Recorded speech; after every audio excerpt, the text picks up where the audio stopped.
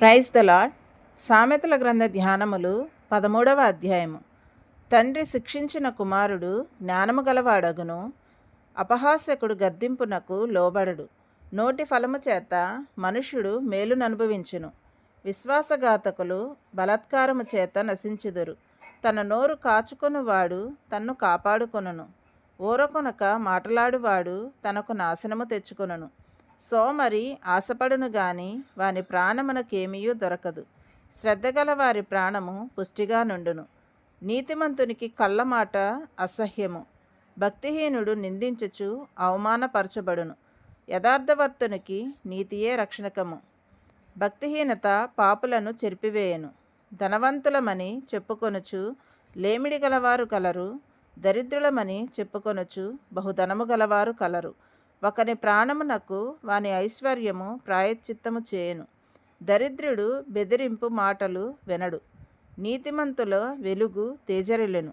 భక్తిహీనుల దీపము ఆరిపోవును, గర్వము వలన జగడమే పుట్టును. ఆలోచన వినువానికి జ్ఞానము కలుగును, మోసము చేత సంపాదించిన ధనము క్షీణించిపోవును. కష్టము చేసి కూర్చుకొనువాడు తన ఆస్తిని వృద్ధి చేసుకొనును. కోరిక సఫలము కాకుండట చేత హృదయము నొచ్చును.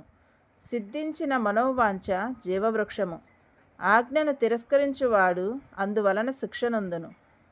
ఆజ్ఞ విషయమై భయభక్తులు కలవాడు లాభం పొందును.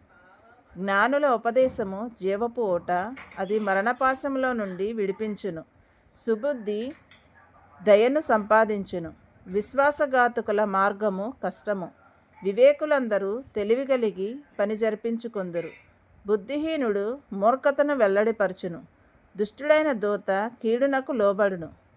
నమ్మకమైన రాయబారి ఔషధము వంటివాడు, శిక్షను ఉపేక్షించు వానికి అవమానము దారిద్ర్యతలు ప్రాప్తించును. గద్దింపును లక్ష్యపెట్టువాడు ఘనత నొందును. ఆశ తీరుట ప్రాణమునకు తీపి, చెడుతనమును వినుటకు మూర్ఖులకు అసహ్యము. జ్ఞానుల సహవాసము చేయువాడు జ్ఞానము గలవాడగును, మూర్ఖుల సహవాసము చేయువాడు చెడిపోవును.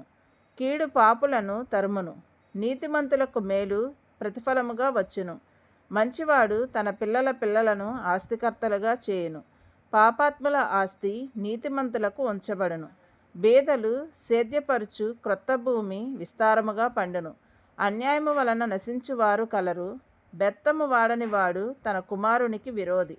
కుమారుని ప్రేమించువాడు వానిని శిక్షించును, నీతిమంతుడు ఆకలి తీర భోజనము చేయును. భక్తిహీనుల కడుపునకు లేమి కలుగును. ఆమేన్.